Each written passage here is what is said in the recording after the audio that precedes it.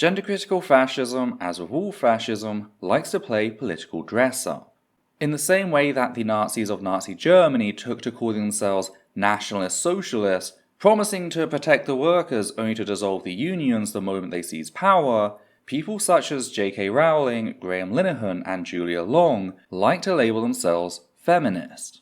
This is why you can't take a person at their word, and must instead assess their actions and reflect on whether said actions speak to their declared values, or whether, as we'll see today, it was all a lie. But first, a quick content warning for the following: rape, rape apologetics, child sexual abuse, victim blaming, and transmisia. If our work has helped you, please consider supporting us via Patreon so that we can keep the channel running. You can also help us by liking, commenting, and sharing our work on social media. Hi there, my name's Ethel Thurston, she, her, they, them, and we need to talk about Julia Long publicly blaming Gisele Pelicot, the victim at the centre of the French mass rape trial, for being raped. This story is as dark as it sounds, so I completely understand if anyone wishes to tap out. And whilst I give you some time to make that call, I might as well note that Julia Long is someone we've covered before. Sure, she's come up a few times in my work, a name drop here and there over the years, but nothing major, not since our 2016 video debunking various lies she spread about trans people on national television. For the most part, she's your typical gender-critical fascist, presenting all trans women as sexually degenerate predators while simultaneously seeking to strip trans men and AFAB MB folk of their bodily autonomy. She does this incredibly creepy thing at gender-critical rallies in which she shows photos of random trans people at various stages of transitioning, commenting on them and their appearances in a sexualized manner intended to degrade them. You know, sexual harassment. I think that's the term we use in civilized society. Where Long differs from her peers, however, are her academic credentials. Julia Long has a PhD in feminist anti-pornography activism, and she uses said degree to lend her gender-critical fascism an air of legitimacy it could never hope to attain on its own merit. She's sort of a Jordan Peterson type, but claiming to be feminist rather than whatever Peterson claims to be these days. Which brings us to Long's most recent victim, Gisele Pelicot. If you're European, you've likely heard of this woman already. She's a 72-year-old French woman who has taken 51 men to court after she discovered video footage that showed her being raped, a case that is being referred to as the Mazan rapes. It turns out that her husband was drugging her food and drink, knocking her out before inviting other men to come in and violate her at least 100 times between 2011 and 2020. All whilst he recorded everything on video and seemingly archived it. But it's not just men who have hurt Gisele, it's also the women defending them, with Gisele telling the papers that, quote, "When I hear mothers, sisters, and partners talk about their men as normal, the profile of a rapist can be normal, can be a friend or a family man. Can you imagine what that does to me? That I was accused of pretending to be asleep and that I was aware of what was happening. It's violent. I am a destroyed woman." End quote. A fact we should bear in mind as we move on to Julia Long's response, with said gender-critical icon sharing a Sky News article covering the story, whilst declaring to Twitter that, quote, "Reminder, having relationships with, living with, and marrying men is not inevitable. Other options are available and generally better." End quote. Julia Long's immediate response to reading about a case in which a woman was raped over 100 times by more than 50 men is to blame Gisele, casting her trust for her husband, whom she'd been with for more than 50 years, as the cause. Just straight up, unadulterated victim blaming. Julia Long is, of course, a believer in political lesbianism, an ideology that declares sexuality to be a choice and demands that all women should force themselves to only sleep with other women, and that any who don't are fraternizing with the enemy, not caring that this is as coercive and sexually violent as cis men who demand all lesbians be heterosexual. Julia Long is eroding this woman's sexuality to try and force her to sexually act in a manner that she likes, a fact that is doubly egregious considering the context in which this is being forwarded. I wish we lived in a society where it went without saying just how fucked up this is. But we don't. We live in a rape culture, which is why I'm sad to report that over 1,000 people like this tweet. That's a sign of just how void of simple humanity the gender critical movement is, how any and all empathy for women they deem lesser, which is any woman expressing their autonomy in a way they don't personally like, the thing actual feminism has been fighting for decades, has been completely destroyed. This is not feminism. This is the antithesis of feminism. And again, it wasn't just men who harmed Gisele, it was the countless women who set out to defend them, and now, Julia Long joins them in blaming the victim. Point is, rape victims don't cause rape, rapists do, and that includes cis women.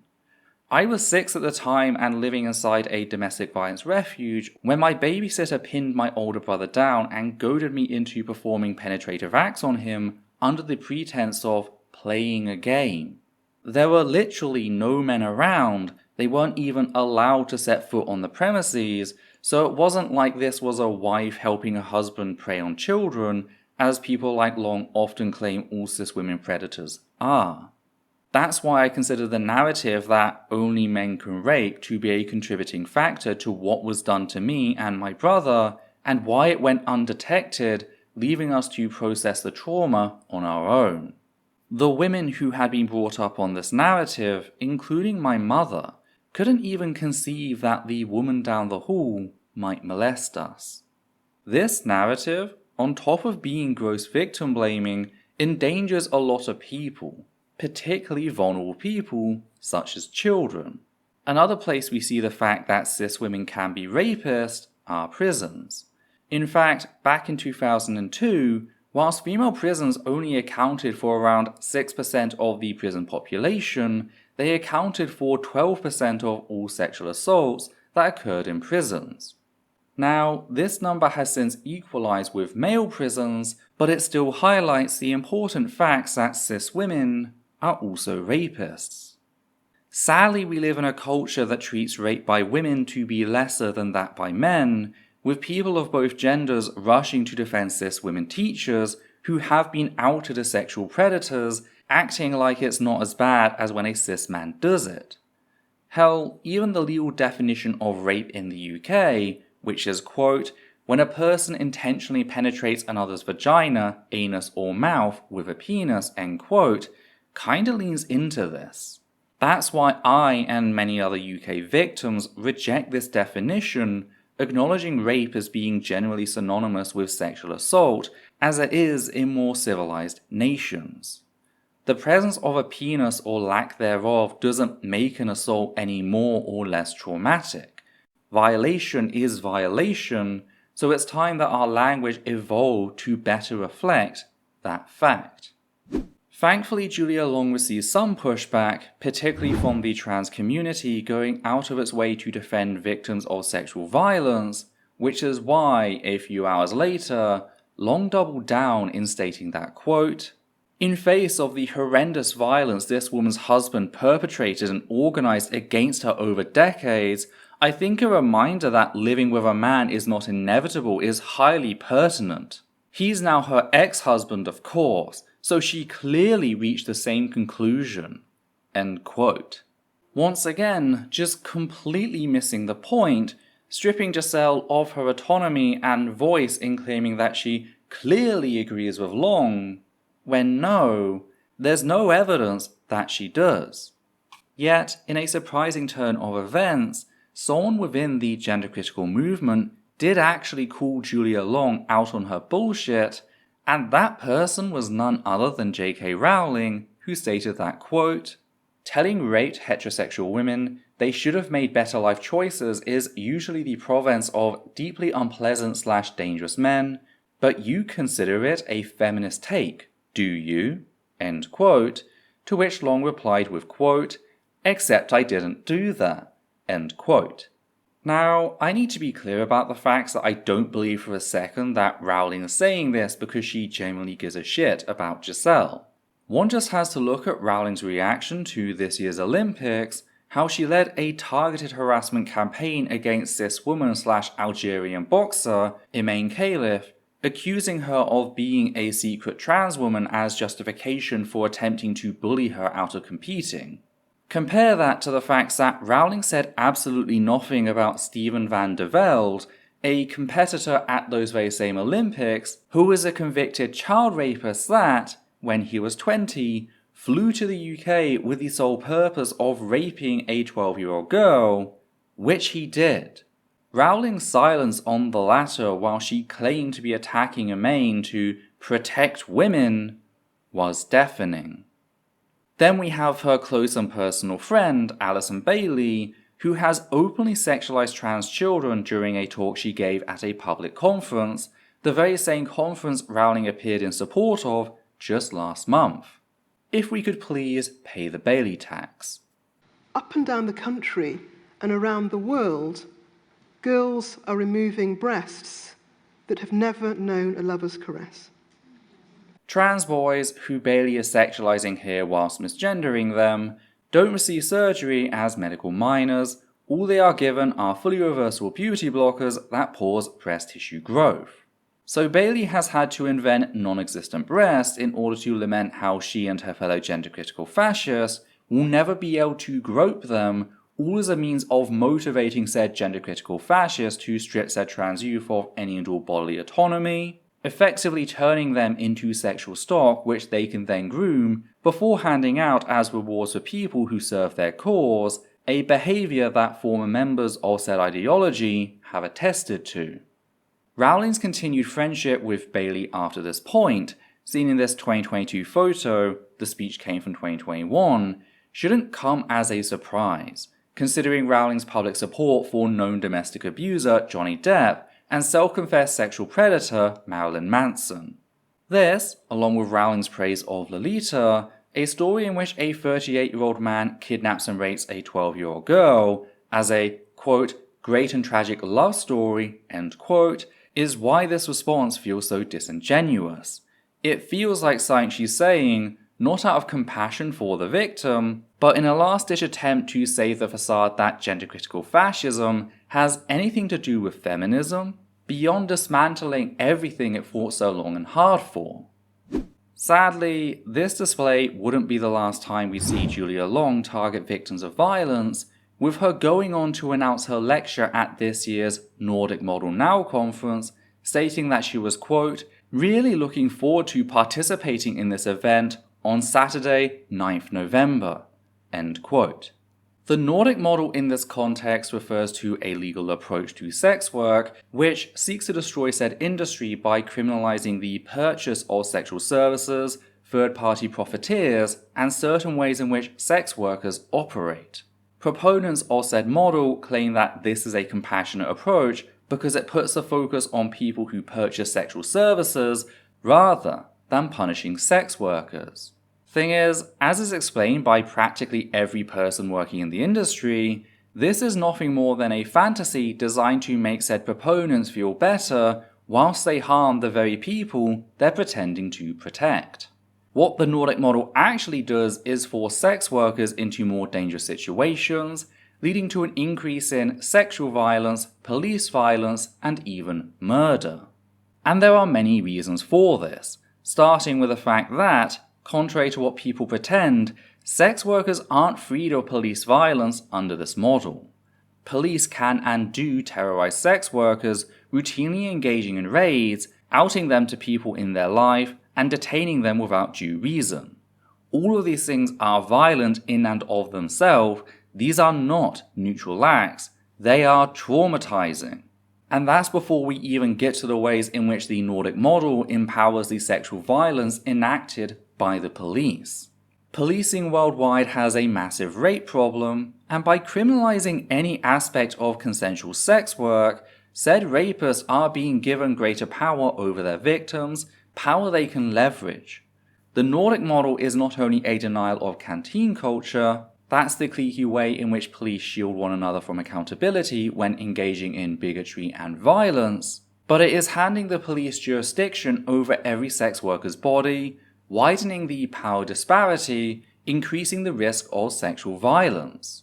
Yes, this is a problem with or without the Nordic model, but the Nordic model, by its very nature, exacerbates things. The result of which is that sex workers are understandably less likely to report violence enacted against them. When you're in that line of work, going to the police can feel akin to playing a game of Russian roulette. You never know if the bullet's in the chamber. That's why so many sex workers refuse to deal with the police, an issue that full decriminalization would at least improve by taking back their bodily and sexual autonomy. Another issue caused by the Nordic model is that it makes accountability so much more difficult to achieve whilst also supplying sexually violent people an additional reason to abuse and even kill sex workers. By criminalizing the purchase of sexual services, those who do are unwilling to hand over personal ID which the sex worker can keep a record of or even send to their friends, allowing said violence or disappearances to be followed up on. By blocking this, the Nordic model creates a much riskier environment for sex workers, whilst also encouraging their clients to murder them to tie up loose ends. This is very similar to the issues caused by criminalizing third-party profiteers, namely in how said term is broadly defined. When we say third-party profiteers, we typically think of the classic pimp who collects women and forces them into sexual slavery, which is, in itself, a completely separate crime not dependent on the Nordic model. The issue, however, comes in how police use these laws to punish anyone remotely linked to said sex work. After all, if a sex worker works from home before using that money to pay her rent, isn't her landlord technically a third-party profiteer? Police use this excuse to routinely out sex workers to their landlords, resulting in said sex workers being made homeless, subsequently putting them at greater financial, medical, and sexual risk. The alternative? Well, to work outside of home. Only you can't use a hotel for the same reason, so what's left? The client's home? Out in the middle of nowhere?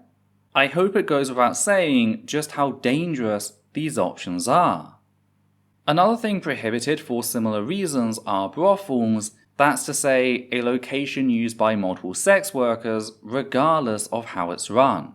Some brothels are run by an owner who takes a cut, making this another example of third-party profiteers, while some are run by a group of sex workers who are free to take home all the money they make. Yet, whichever form it is, both are criminalized under the Nordic model. This removes one of the simplest safety measures available to sex workers: community. Sex workers can and do protect one another, yet the Nordic model seeks to destroy said system, forcing them to go it alone, making them more vulnerable and opening them up to more violence. I could go on, but the fact is, the Nordic model is one of the worst things to happen to sex workers, regardless of why they're in the industry. Because while some are in it because they enjoy it, others are working out of desperation. But that's the fact of most employment. Most people do not enjoy the work they do, and a sex worker who has opted to engage in said sex work out of desperation isn't in a position to stop because of the increased risk created by the Nordic model. They still need to put a roof over their heads, keep the lighting on, and feed their children. All the Nordic model does is cause incredible harm to sex workers and their families. Someone who genuinely gave a shit about said women would direct their attention to financial inequality, fighting for social support and universal basic income, rather than a puritanical system known for inflicting extreme harm. Speaking of puritanical systems, it's also a really easy ramp to begin targeting other aspects related to sex, such as porn and the LGBT+ community. Because whilst many people joke about prostitution becoming legal the moment a camera is involved, that's not gone unnoticed by people such as Julia Long, who, again, has a degree in anti-porn activism. It's also used to promote fascist talking points about a degradation of society, specifically sexual impurity, which is one of the main justifications for eradicating the LGBT+ community. We recently covered Graham Linehan sexually harassing a 17-year-old trans girl, walking up to her, calling her disgusting, before ranting at her about sissy porn, implying that she was obsessed with it and that it had infected her mind and turned her trans. This is a narrative that Long herself has toyed with, implying that the trans people she shows photos of at fascist hate rallies are all sexual deviants corrupted by things like porn. There are more reasons the Nordic model endangers so many, primarily sex workers, but I think I've made my point. Julia Long is looking forward to speaking at a conference that knowingly seeks to harm all sex workers whilst opening the door to full-on fascism. This marks Long as someone intrinsically anti-autonomy and thus anti-feminist, no matter which titles she tries to give herself.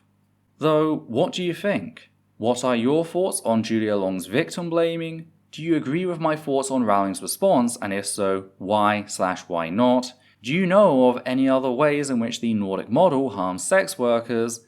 Did you notice something I missed? If so, be sure to let me know in the comments down below. And if you appreciate what we do here and want to help keep us running, please consider becoming one of our wonderful patrons who make our work possible. You can also make a one-time donation via PayPal or Super Thanks on YouTube. On that note, we'd just like to thank the following people: Matthew Kovac, Hannah Banghart, Goddess Alita, Sosh Daniels, Flynn, and Higgins the Seagull. And for myself, Adita and Levi, take care now.